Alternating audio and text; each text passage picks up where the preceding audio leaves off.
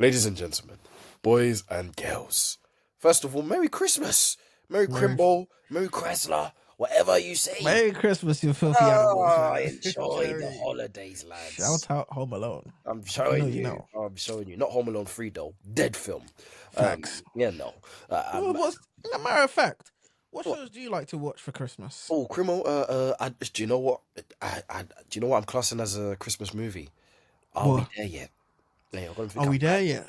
That's a good, Wait, good Christmas that's movie with the Ice Cube Ice and Cube then and them Nia them Long. two kids. Yeah, yeah, Yeah. yeah, yeah, yeah, yeah, yeah, Yeah, yeah, I watched yeah. that the other day. I'm like, Yeah. it's a Christmas movie, surely. Yeah, That's surely. what you know Christmas is around Yeah, the that's when you corner. start watching them kind of films, man. You Facts. know, Facts. if you don't think it's a Christmas film, kick rocks. Now, Don't are care. we there yet? It's definitely a Christmas film for Yeah. What sure. about you? To be fair, I watched the whole High School Musical trilogy. I mean, one, two, three, You know all, what? all the Disney Channel stuff. That's what you do. NBA, just for Christmas alone, from start to finish, I watch all 5 games. Yeah. I might sleep between one of the games, but Mm. the rest I'm watch. That's my Christmas. Oh, it's good But eats. It's good exactly, eats. but it's mainly Disney stuff, man. Do you know what I mean? Absolutely. The 60 episode 65 of the Stateside Report UK. I'm your host, Stateside Gab. Stateside Humps over there. Without further ado, why don't we just get straight into what's doing the Rans in the Shout out NBA? my Packers though, man. Do you know what I Oh mean? no, no, thank you. We'll get them Shout next out my time. Jags, the Broncos. We'll get them next week. Let's do into the NBA Rans. Just doing the circles, doing the Rans. Candace Parker, Blake Griffin, and Brandon Roy, are amongst others, are in consideration for the 2026 Hall of Fame class. Kevin Garnett has reached an agreement to return to the Timberwolves in an off-court role. He will also have his 21 jersey finally retired. And Martha Stewart has revealed that Jalen Brunson broke her big toe in last year's Easter Conference Finals versus the Pacers after they collided. Stateside Humph, as we do, quick reaction to all these. This Hall of Fame class, Candace Parker, I'm hearing it. But then after that, I saw other names in there as well, by the way. Amari Stoudemire's in there. There's a few coaches in there that I'm like, okay. Blake Griffin, Brandon Roy, good We're players. scraping the Yeah, barrel. you know what I mean? Like, surely there's a couple, people that maybe they've been snubbed in the past, or that have a little bit more resume, a little bit more jewelry on the finger, perhaps. But Blake Griffin, one of my favorite players to watch, especially his last years with the Pistons. I loved it, Facts. love to see it. Brandon Roy, exciting to watch. Short career, though, wasn't it? Short career. So, Mm. when you're seeing these kind of names on the Hall of Fame ballot, what are you thinking? Like I said, it just almost feels like you're scraping the barrel a little bit. You know? Do you know what I mean? I know that they set a culture. They. How can I put this? Like Blake Griffin, Brandon Roy. I mean, good scorers, good entertainers. Do you know what I mean? They brought fans into the game of basketball, but they didn't really win much. I don't think they affected much in terms of individual and team success to be putting them as Hall of Fame ballots. I don't think they've done enough in that sense. We can like them for what they done on the court, but Hall of Fame, I think it's a select few that should be in contention for it, let alone getting it. And I think Brandon Roy and Blake Griffin, they won't get my vote, unfortunately. Love them, but nah.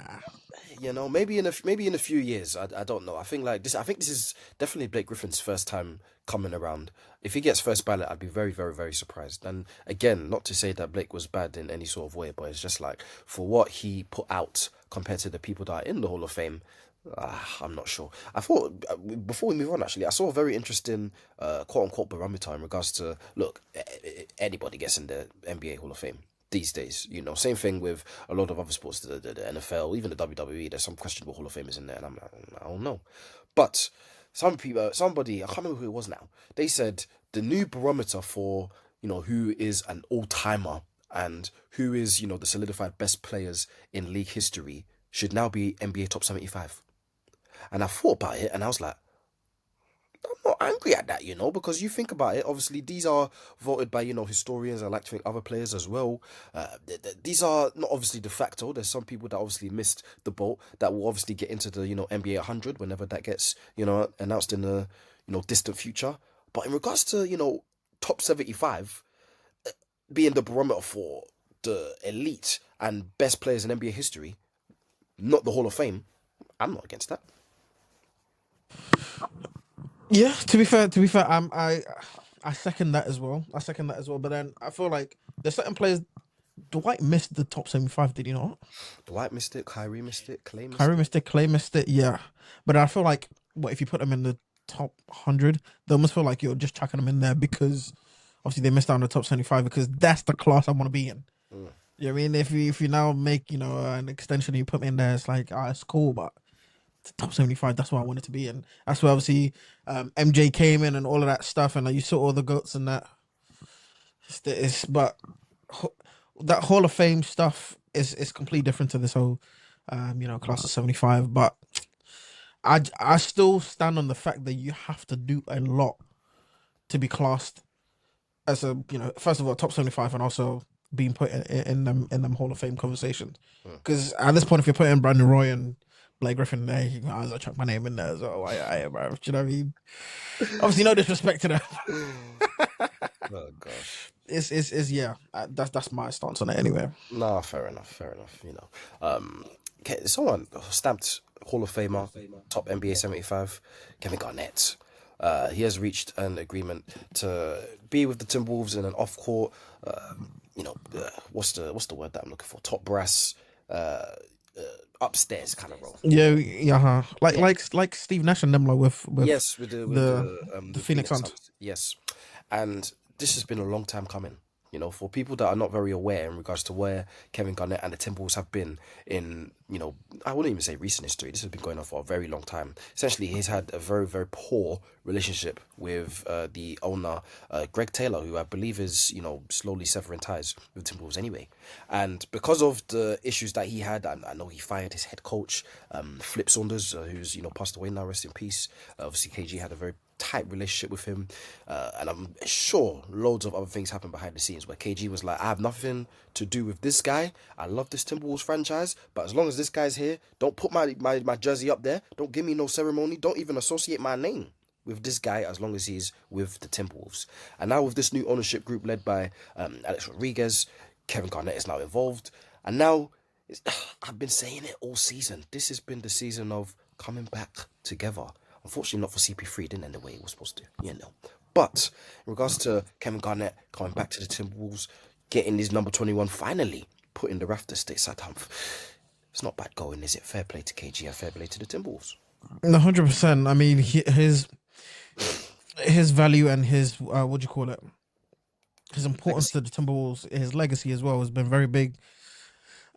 Obviously, winning the MVP there, what the Timberwolves looked like before KG got there as well just wasn't great. But then obviously he put them on the map after his stint with the Celtics, and the Nets come back to the Timberwolves to retire over there. So that's Mr. Minnesota if you want to put it that way.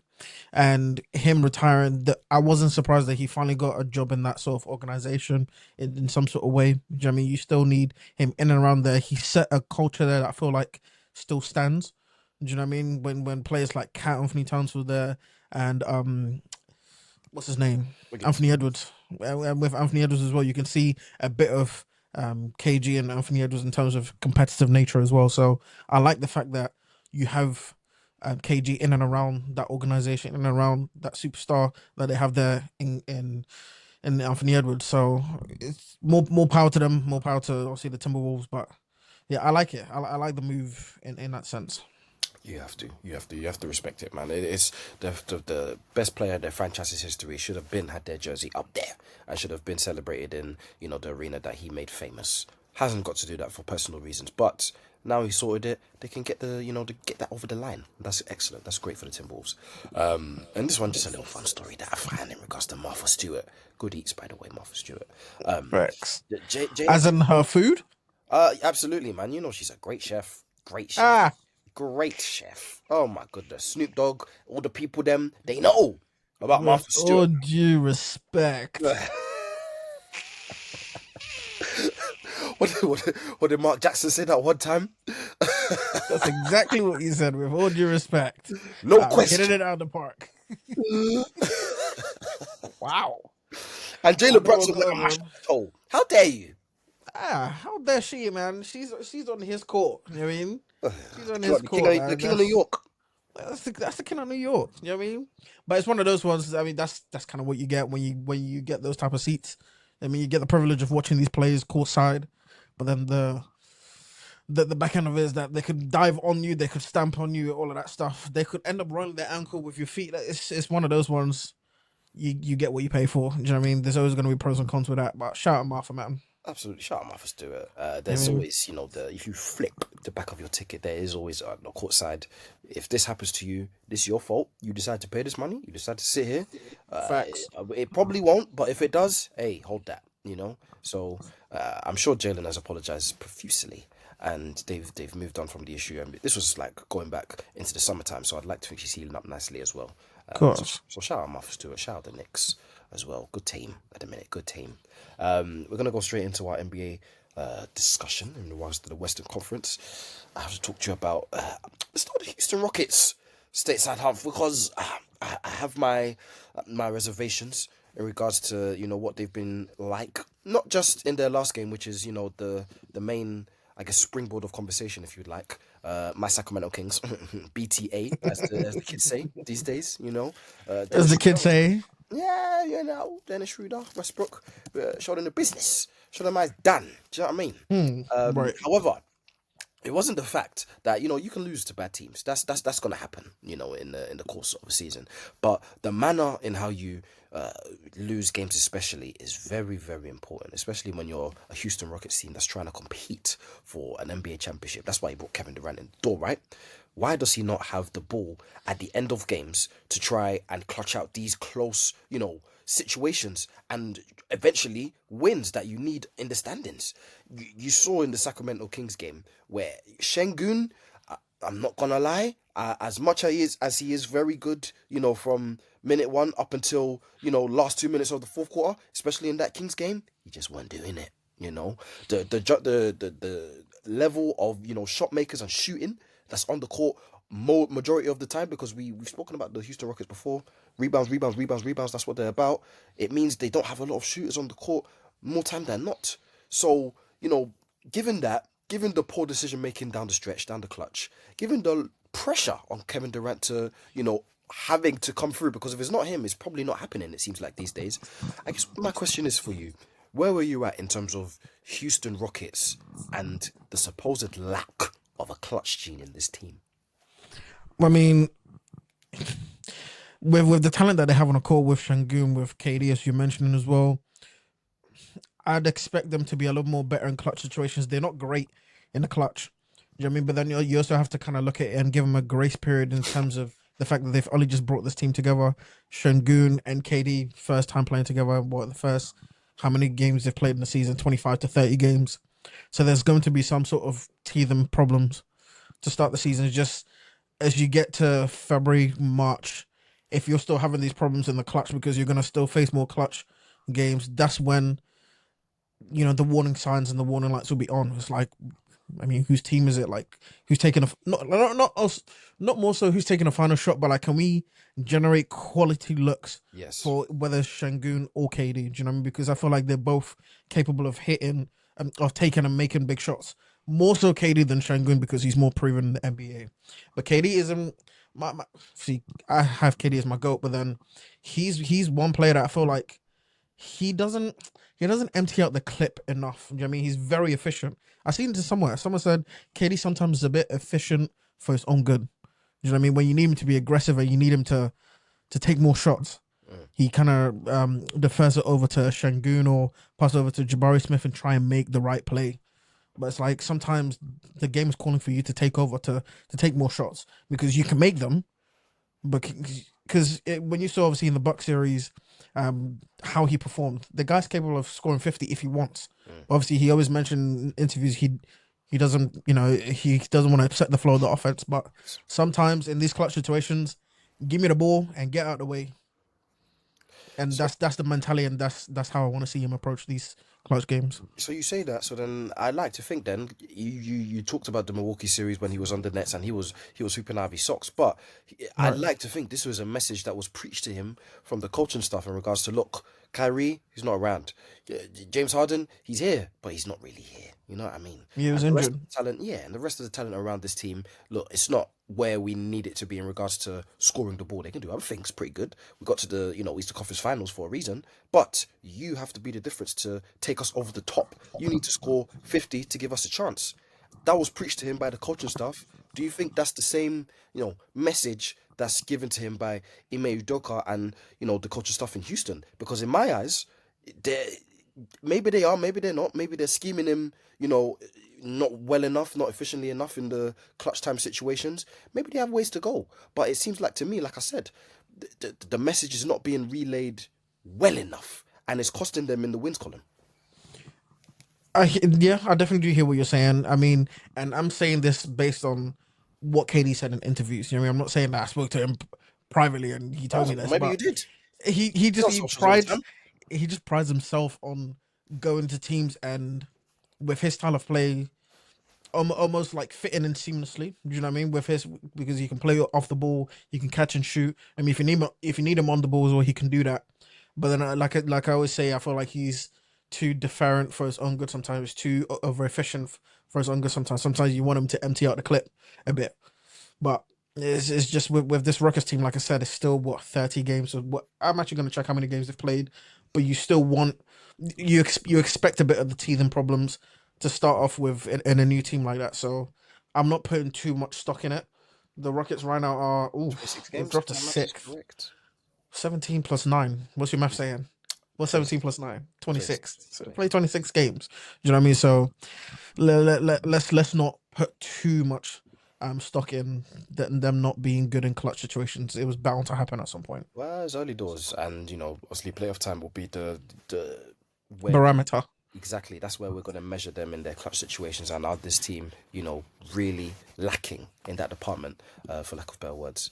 I want to talk to you about the Lakers now as well, just because, excuse me, there's a lot of speculation in regards to trades got to be made, and I think a lot of people realized that probably in the preseason. To be honest, they didn't make too many moves, or real impactful moves. They brought in DeAndre Ayton, who I raised my hands up. It's actually been decent. Do I expect it to continue? Probably not, but we can all understand that there's still moves to be made in regards to the roster's good. It's all right, but we can take it up levels, especially on the defensive end.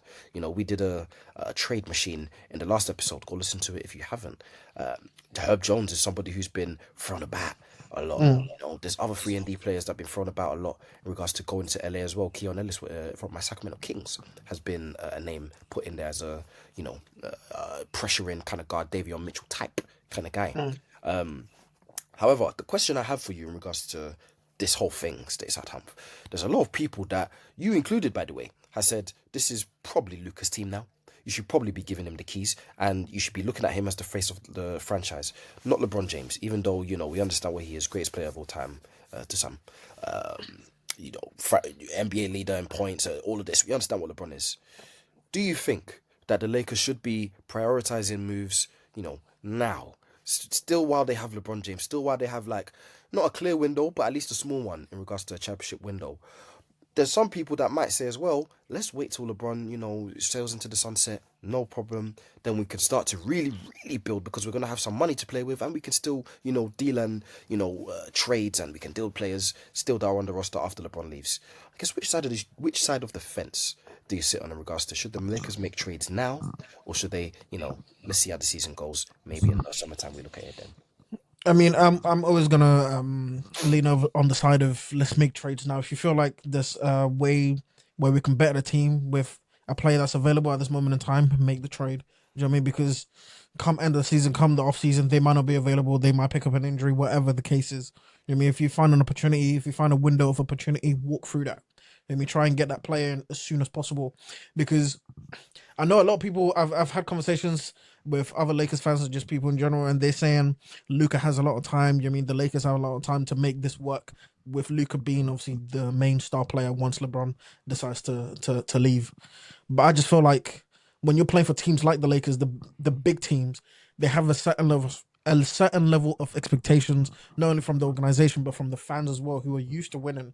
So it's like there's only so much they can get used to. I don't want to say mediocrity because the Lakers are a team that always have a winning record, but if you speak to some Laker fans and other fans in general, they're saying that they're not surprised if the Lakers get knocked out in the first round. And with a team that has LeBron James and Luca as and Austin Reeves as well, I think if like I'm saying, if there's an opportunity to get a player that can better your team, especially defensively, get him. Mm. I have to agree. I have to agree. Especially with, LeBron James. We've spoken before how valuable he can be with a good supporting cast behind him, and his playoff experiences when the Lakers eventually get there. If you look around the NBA, it's low key unmatched, probably high key unmatched. So you look at that situation. You look at the people that the Lakers can potentially get by not giving up that much as well. People were saying in the offseason, oh, Austin Reeves, maybe your time might be up. But after he's shown that, oh no, you should probably be keeping him. All right, now you can maybe be willing to risk a little bit more of your draft capital. Maybe some role players as well, because you have an established, you could call it big three, if you like, in regards to what Reeves, LeBron, and Luca are giving you at the minute, and hopefully, obviously, projecting in the playoffs as well. So, well, should the makers make a trade? Yes, but like I said, the question is going to be: should they be prioritizing moves right now, today, or down the line? Because LeBron's not going to be forever. His money's going to be gone soon. We can see what we can do. You know. No, 100%, 100%. I think watching the Lakers as I have right now, I'm a bit underwhelmed. I mean, I expected a little bit more, especially with Luca's second season. I know Oh, Luca's individually showing me something. I ain't gonna lie. I mean, he's putting up. But I was just about to say he's putting up good numbers. Yeah. Like at face value, when you see the numbers, they look good. But when you actually watch the games, I don't want to just blame him, but with the talk that was put on Luca's name, saying that he's dropped a lot of weight. I mean, this is skinny Luca or whatever everyone builds him out to be. I expected more from him. Do you know what I mean? Or I expect more from him. Just off of the plain fact that when I watch Jokic and I watch Shea, they they're playing at such a high level that I even started asking like some of the people on my TikTok live that is Luca being underrated a little bit because he's putting up what 34, 9 and whatever, but he's still not being put in conversations with Shea and Jokic right now because of the level Shea and Jokic are playing at. Obviously pairing that with their team success as well. Exactly. And you think about, you segued us nicely into talking about Jokic. You think about where he's been. This is more of a career kind of outlook because he just passed a big record, big record. Leader in all-time NBA assists now. He's just passed Kareem Abdul-Jabbar. And I think this is just what you talk about when you speak about Jokic, in this case SGA, you can throw in there as well. Combined with their team success, they're just playing at historical levels. And I'm not saying that Luca isn't per se, because some of the numbers that he's putting up, like Jesus Christ. But when you think about Jokic, he just passed Kareem in all-time assists. That's no mean feat. Kareem played for bloody, I don't even know how long, like 20 plus years, 20, I think almost 25. And Jokic, when did he get drafted? 2015, if that. Yeah, 2015, 16, So, that time. so he's about 10 years in, and he's done what Kareem, held the record for so long. He did it in half the time.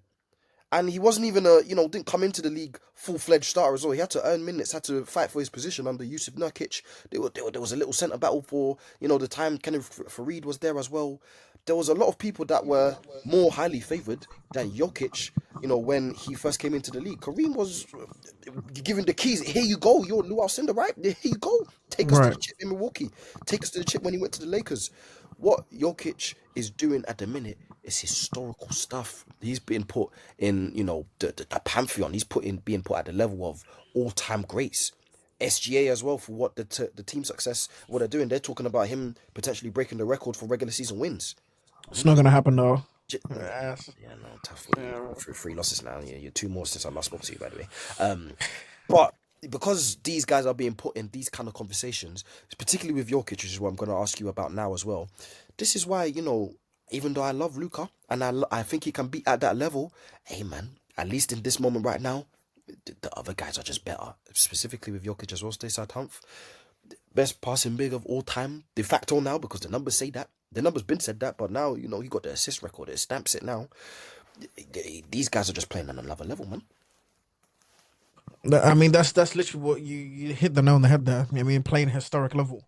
I mean, the fact that Giannis, when he plays, he's walking 30 points. Luca, like I said, averaging 35. What Wemby's still doing, the talent in the NBA right now is at an all time high. Shout out Cade as well in Detroit. You know what I mean? Obviously, I want to see what he looks like in the playoffs, but I still want to give him his flowers for what he's doing right now because Like I said, not too long ago, 2 seasons back, their team were winning 14 games or something like that.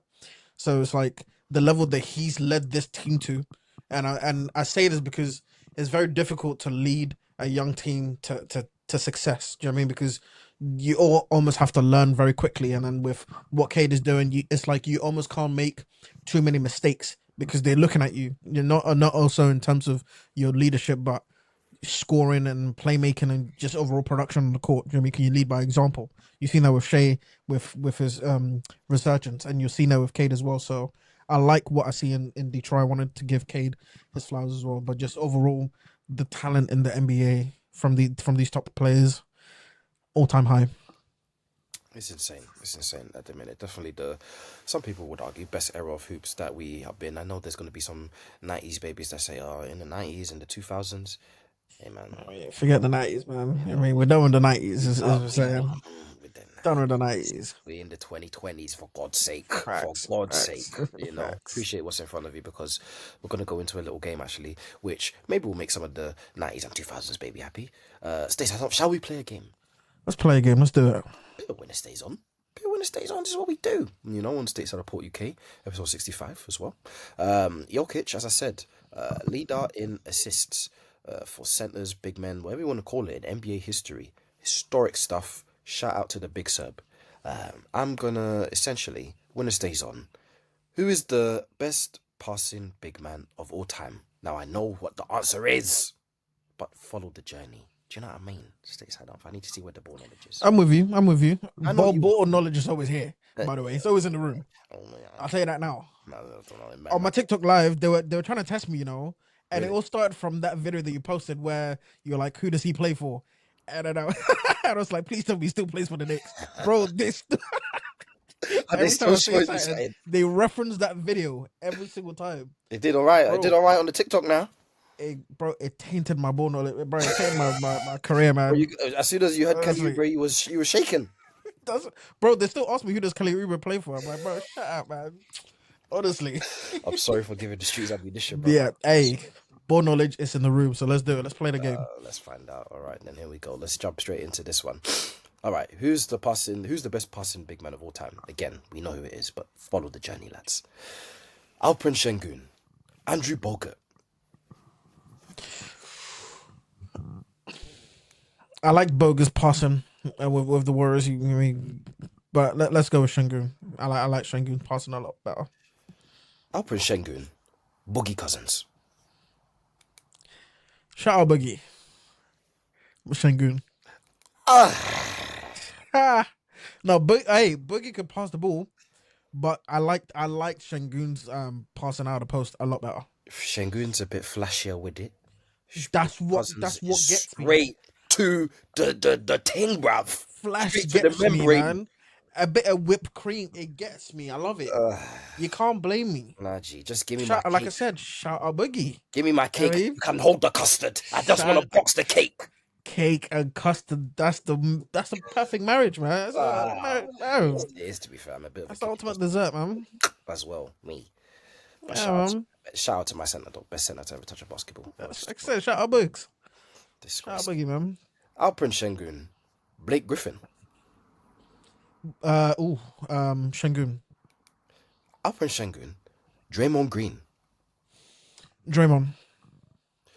Draymond Green, Kevin Garnett. Draymond.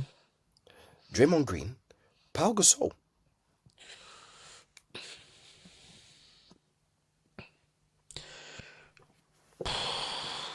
Pau Gasol could hey. He could. That's why I've paused a little bit. I just think Draymond's a better passer, Fair enough. but it's not.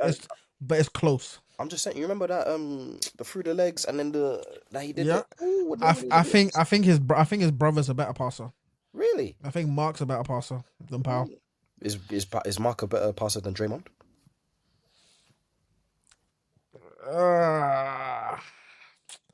Yeah. You know what? Give me Mark Gasol over Draymond.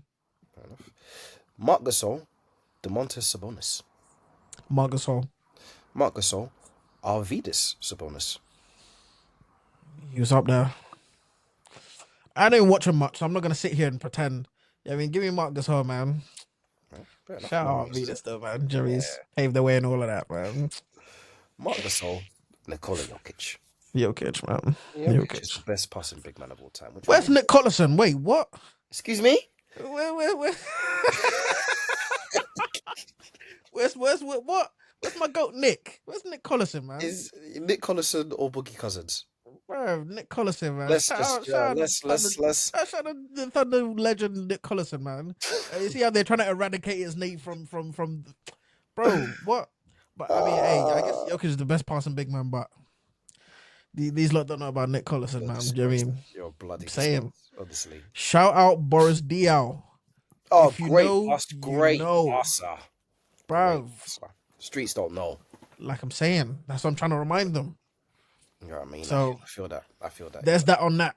You know what I mean? Fair enough, Fair enough. You don't want to say I ain't got ball knowledge, bro. Honestly. If there's anything that grinds Liberties, this man. guy's gears, Liberties. question his ball knowledge, you'll get him sitting up, leaning Honestly. forward. Wow. Oh. Anyway, how about we go into the Eastern Conference, man?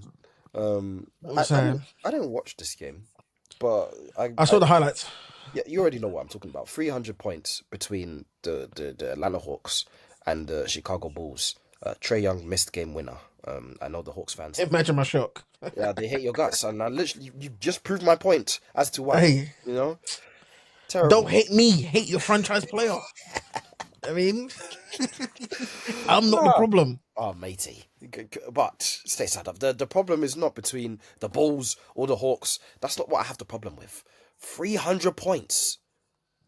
Listen. It's me and you here now. I'm with you.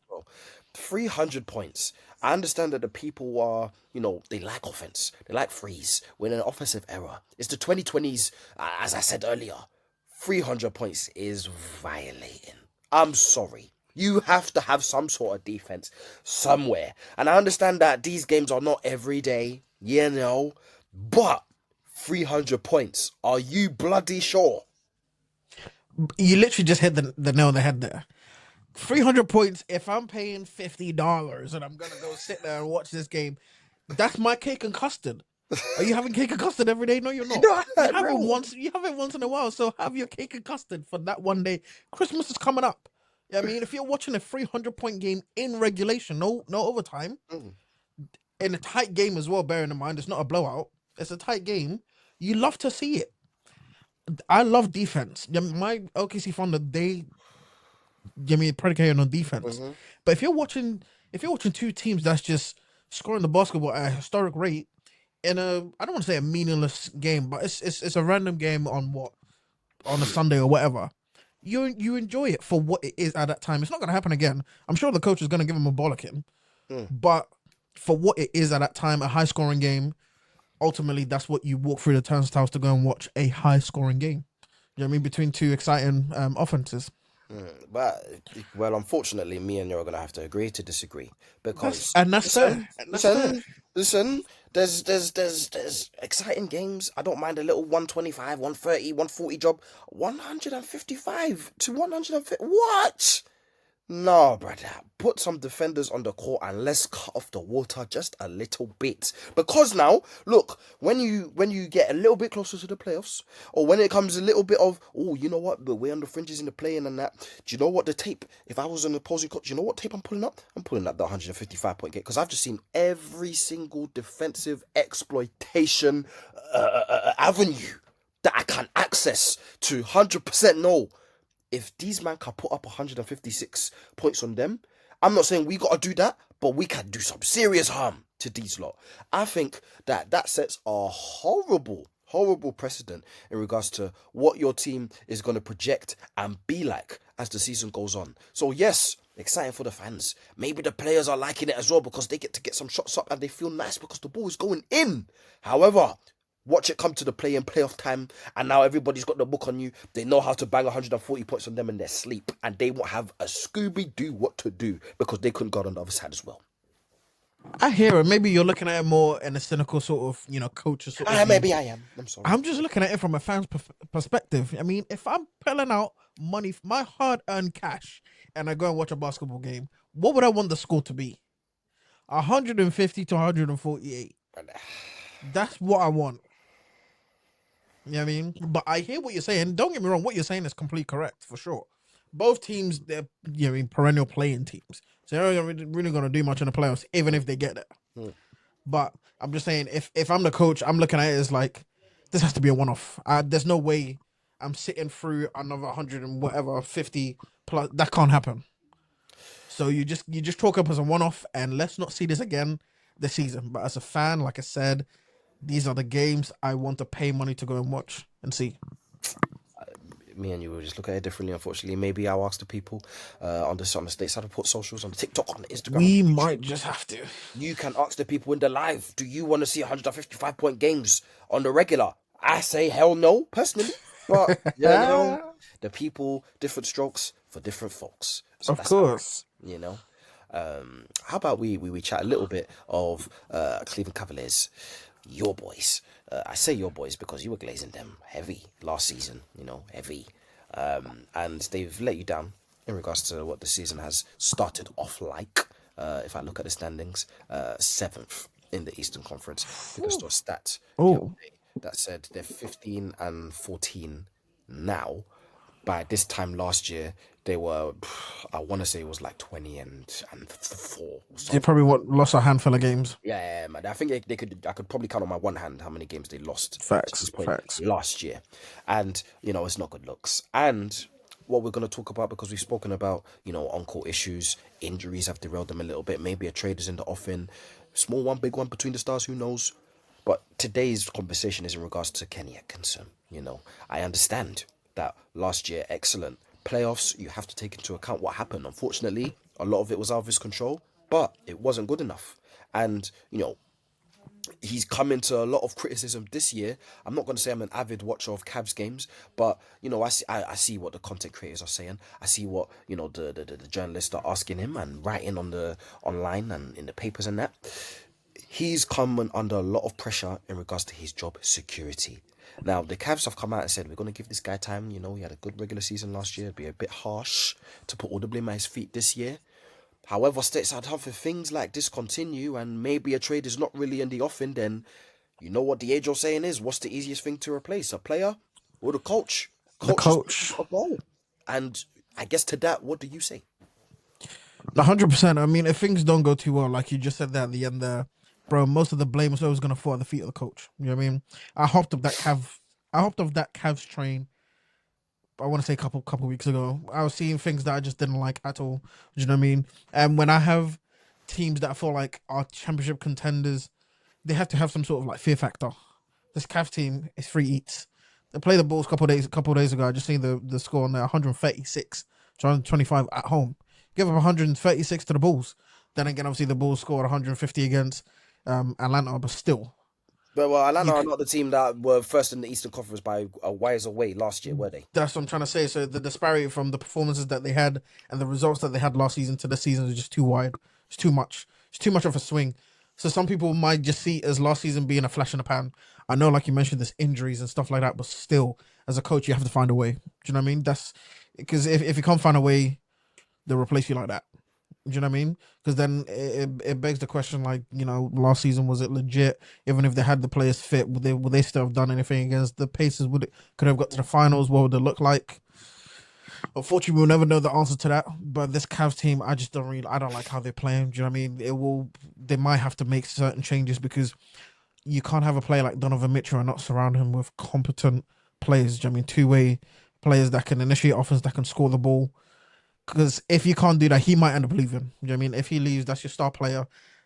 Then I mean, are we blowing everything up? Are we starting again? Like all those type of questions creep in after you won 60 games last year. You know what I mean? Like sports, basketball, football, everything, things turn around quickly. Do you know what I mean? So if you don't set good foundations in place, knowing that injuries and stuff will happen, then you see what happened with the Cavs.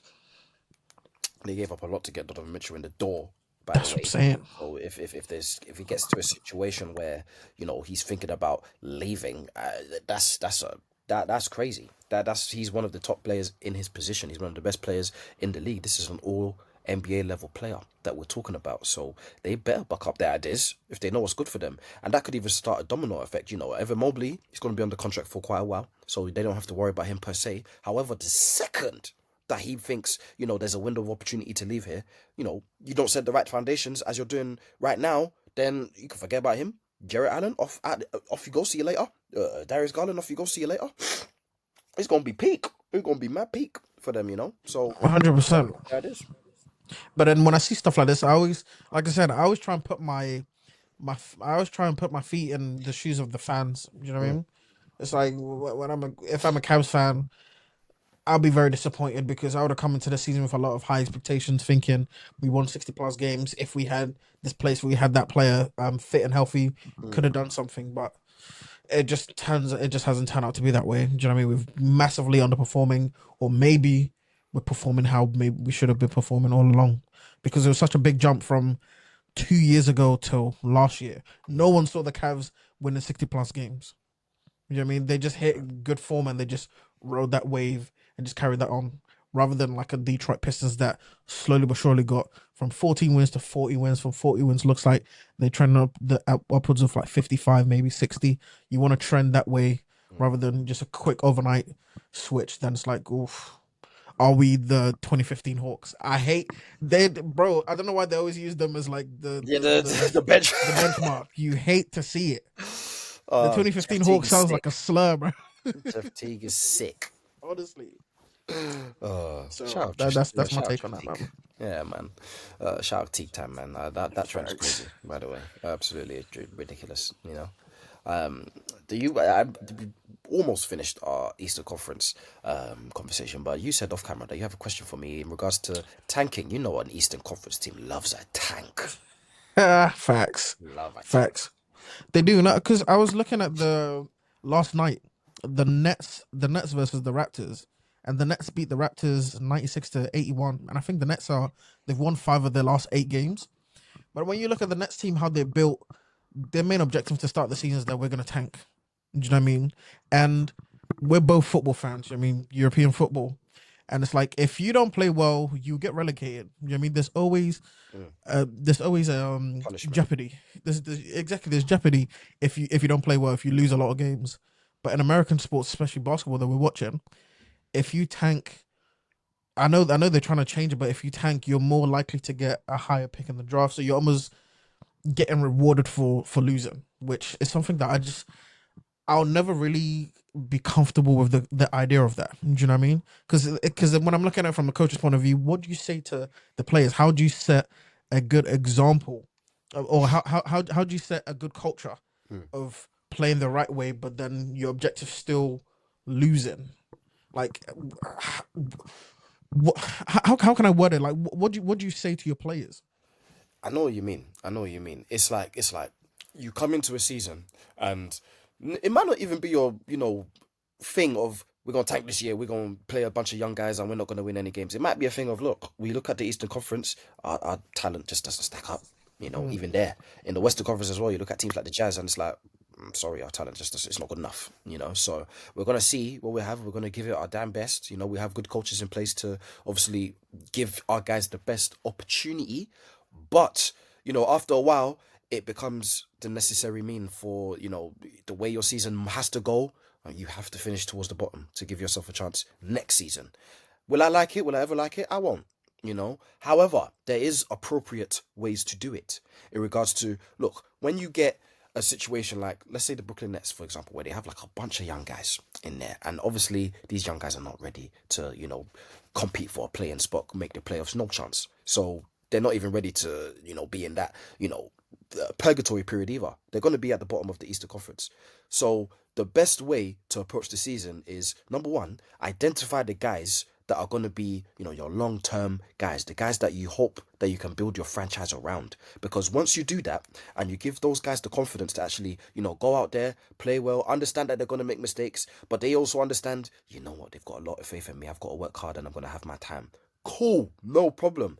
Then when they start getting, the bigger picks, when they start getting, other role players through the draft and, these spot free agents here and there, then you start to see a Detroit Pistons situation when it's like, cool, we've given, Cade, Isaiah Stewart, Ron Holland, Saul Thompson. Obviously, they're all acquired in different drafts. However, we've established these are going to be the core guys that we build around. Now, if we have these core guys, then once we actually get good and we give our guys chances to develop, then when we're good, we're good. We can compete against all these teams in the East, in the West. It don't matter. But when you go into a situation like Philly a few years ago, we're just gonna tank because we have no chance. We don't have any big guys that we can pin our hopes and dreams on. We're just gonna hope for a number one pick, and then that's when we'll try and be good. That's when it's like you lot are being disrespectful to the game. You're being disrespectful to the players that are here, to the coaches that are here, to the fans in the arena. That's when it's ridiculous. But once you have the guys that you can establish that these are the guys we're building on. These are the guys that we hope can develop into all stars, all NBA kind of guys, plus a few established role players here and there. Okay, now there's an ethical way to actually do this. Unfortunately, some teams have to tank because that's the only reason they're going to get good in a few years. However, there's a right way to do it and a wrong way to do it, in my opinion. But I don't know if I heard somewhere that your percentage isn't guaranteed to be high, even if you're rock bottom in whatever It's conference you're not. in. You basically the bottom four teams, if I'm not mistaken, have a no. The bottom three teams, bottom three or four, have the same odds to get the number one pick. Maybe that is, I don't know. Let's say 20% or something like that. I don't know. But everyone else has odds as well, and it's a lottery at the end of the day. So if somebody ball comes out a little bit, It's like Dallas last just year. jump up. Yeah. Dallas weren't rock bottom. Or when Kyrie got drafted to the Cavs, they weren't the Right. bottom team in the East. I think they had a Clippers pick, and Mm, surprise, surprise, the lottery said you have the number one pick now. exactly. So it's like I just feel like I don't know if that's a strong enough um punishment for tanking. You know what I mean, tanking is something I just don't like. You know what I mean, But you say that that, that's and what it's I don't. like I said, it's like you have to, bro. Mm, Sometimes if you're like I said, if you're Utah, and let's say you look at them, especially last year, pathetic.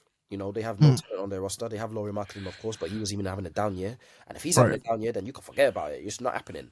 So your only hope is that Mm, you get into the draft. Hopefully, you have a high draft pick, and then you hit on a draft pick, and then it's like, okay, now we can start building the blocks to get back into contention in the Western Conference. If you don't have that, kind of talent, or at least the like I said, the idea of who's going to be here in the next 5 years and who's going to help us win, you got to do what you got to do. yeah. I don't like it, but it's the only way. The only way, And bro. I feel like that's why obviously when they bring in the like the play-in tournaments and or the play-in bracket and stuff, Mm. I feel like well, I guess the objective is to have more teams be more competitive. Do you know what I mean? Rather than just tank, because you don't want a whole bunch of like teams tanking to try and get the number one pick. You Mm. still want teams like you have, the Hawks, the Heat, sometimes the Kings. Yeah, I mean these type of teams that they're not bad enough to tank and they're not good enough to make the playoffs. So I They're have just one. stuck in that purgatory position that you're Got one talking for about. you then from last year in regards to what the Dallas Mavericks, done. So you could say, we joke about conspiracy theories here, there, but once Mm, they made the AD Luca trade, they were still in the mindset of everybody healthy, we can compete. right, In the Western Conference. Obviously, the season went how they went. They had injuries. Kyrie went down. AD went down. So they were like, "Well, here we go, lads. We're tumbling down. Let's just see what right. happens." Then somehow, some way, land the number one pick in the lottery. So now you're saying, question for you here. You appreciate that part of the lottery in regards to you lot who purposely tried to be bad. Didn't work out for you lot. But in the Dallas Mavericks situation, did they need Cooper Flag? Probably not. But they got him in the probably the most ethical way that you can imagine. So I have to respect it in that regard. Is that what you're thinking? Is that where you're where what side of the fence you're on? I mean, yeah, to an extent, obviously there are conspiracy theories and all of that stuff with that whole Dallas Cooper flag thing because of all of a sudden that trade that shouldn't happen. You know what I mean? In your right state of mind as a GM, you should not be making that trade to get Luca out of there in his prime. But then obviously you get rid of him, and then all of a sudden you get Cooper flag when you were in one of the worst teams in the league. That kind of it kind of rings alarm bells a little bit in terms of my speculation on that. But overall, in total, I just think just try and play the best you can. You know what I mean, if you don't have the talent, like you're saying, naturally you end up losing the games anyway because the better teams will just beat you. But like purposely losing games, setting out your best player when they're not injured, making up injuries and stuff. You know what I mean? That I don't like to see because, like I said, every time I talk about basketball when I'm on here, I'll try and look at it from the view of the fans. Do you know what I mean? Because then again, who's going to try and pay a ticket to go watch the 15th man on the bench? No offense to them, obviously, I know they work hard to get there, but if your star player's fit and healthy playing, you know what I mean? If your team's not good enough, you will lose. But I'm paying ticket to come and watch the star players play. You know what I mean? I want us to try our best to win, but then maybe I'm just programmed in sort of like the European, style of way of like, if you lose, if the worst team will always get punished in terms of like a relegation, there's some sort of detriment to you losing. But in American sports, in that sense, I don't see the same way. I don't see in the same light. Well, unfortunately, relegation it will never come into the NBA. So you Mm. can, forget about any sort of real quote unquote punishment.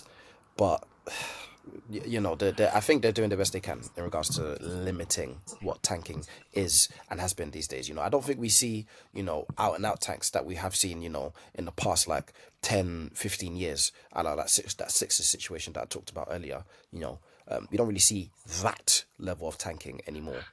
But Yeah, at no, they were tanking hard. Oh no, they were shooting for the number one pick every year. Embarrassing, honestly. But the it is an issue. It still is an issue, and it probably will be for years to come. How the NBA limit it? Unfortunately, I'm not paid enough to think about it. So Mm.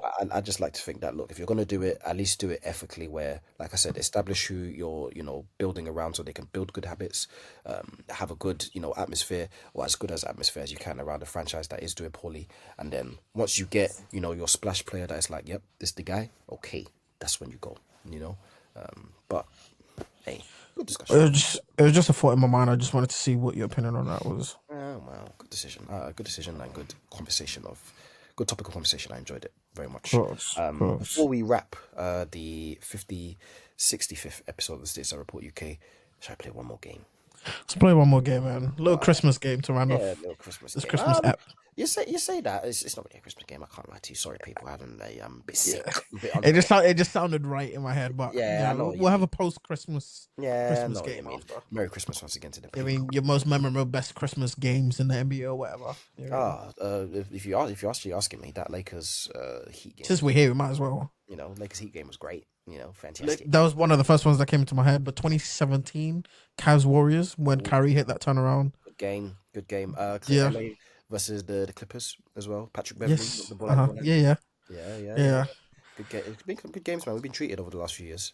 Facts. Yeah. Um, The Celtics Kobe, games. Kobe's first game against Shaq in '04 when he Oh, went to the when he Heat. was on the yeah, Yeah, that was a good game as well. I was gonna say that was a good game. there's a Knicks and Boston game that sticks Mm, out in my head. I think it might have been the 2023 or 24 mm, season. Don't remember now, but that was yeah, been some good games. Good there game. has been some good games. The Hopefully, Lakers, these ones as well live up to the billing because we got the Spurs in they gonna do OKC. they gonna do you by the way. Ah, we got them Funny tomorrow. We enough. got them tomorrow and on Christmas Day. Oh, back to backs. Oh my Bro. They got goodness. us on back to back. We're playing tonight, Memphis, and then Spurs tomorrow, and then on Christmas Day, bro. They do not want us to get that record at all. Trust me, yikes, bloody hell. Bro. I did want to say actually, by the way, before we get into the game, a lot of NBA coaches getting really irate, getting thrown out of games, getting technical. Bro, What's going on, Finchie's always bitching, man. Excuse my bro? language. It's crazy. There was another one that got tossed fairly recently as well. JJ Um, Redick, I know, has been very critical of Nuggets, officials. He got Nuggets coach. there we go. What's his name? I could see his face. I see, David Adelman. Edelman, yeah, there you go. I know what they're doing. They can't fool me. They're trying to get Christmas off. They can't fool me, unfortunately. That's what I'm I saying. know the game. Been here too Bro, long. they're like, oh, hold me back. Imagine if they let him go. They're not going to do anything to the match. Exactly. Oh, culture is just Um, terrible, but terrible. yeah, Um, Finchie, you got thrown out the game 6 minutes into the game, but he's always been complaining about the foul calls that OKC gets versus the yeah, Timberwolves, dating back to last season. So yeah, I'm just waiting for him to implode. You know what I mean? big hater, It's and also just getting into the game as well. A lot of good dunks as of recently as well. yes. I should say Shaden Sharp that do sound crazy. It looked like his body was basically horizontal I in the think air. I said, Westbrook was underneath that as well. yeah, peak. My point guard Yeah, I down. think Westbrook was underneath that. I seen Cooper Flag dunk one out of the baseline. It kind of reminded me Yes, of one LeBron one against, I want to say the Raptors and I or saw Celtics side. Brandon Miller did one crazy one as well the other Yes, day. yes, Woof, yes. I saw that as in well. that sunny jersey. I saw Yikes. that as well. So what we're gonna do today is we haven't done a blind ranking, I don't think ever. And I'll explain the rules of a blind ranking. I'm gonna give you five names, from 1 to 5. You have to place them 1, 2, 3, 4, 5. Can't change it, and you don't know who's coming next. Stateside Humph. Let's Who do it. is the what's the? I don't really have a title for it. I should have probably thought of it before I knew it. At best, 1 is the most athletic. 5 is the least in a blind ranking. Right. All right, so I'm gonna give you some Let's names. do it. I'm gonna give you some names. Bear with me. One's the most athletic, five's the least. Yep, exactly. Okay, let's do it. First name on the list is the man of the hour, Brandon Miller.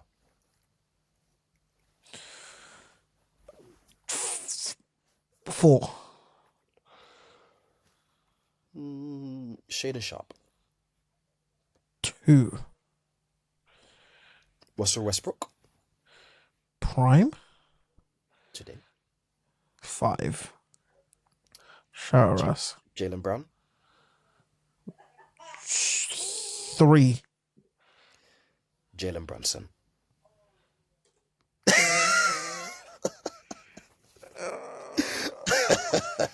One. I didn't want to Merry stick. Christmas. Shout out you lot, man. Shut the cats out the mud. Enjoy the pigs and blankets. You know what I mean? Light up the Christmas tree. Hey, enjoy your eggnog, whatever you lot drink. Ray and nephew, if you lot drink that, have a sip on me, man. Oh, You know what I God. mean? Oh, Merry yeah, Christmas, Happy New Year. We'll catch you lot next time, man. You're trying to set me up like that, bro. What the hell? Cheers, Bro, lads. that's the end of the show, man. That's the end of the show. I ain't got nothing else to say.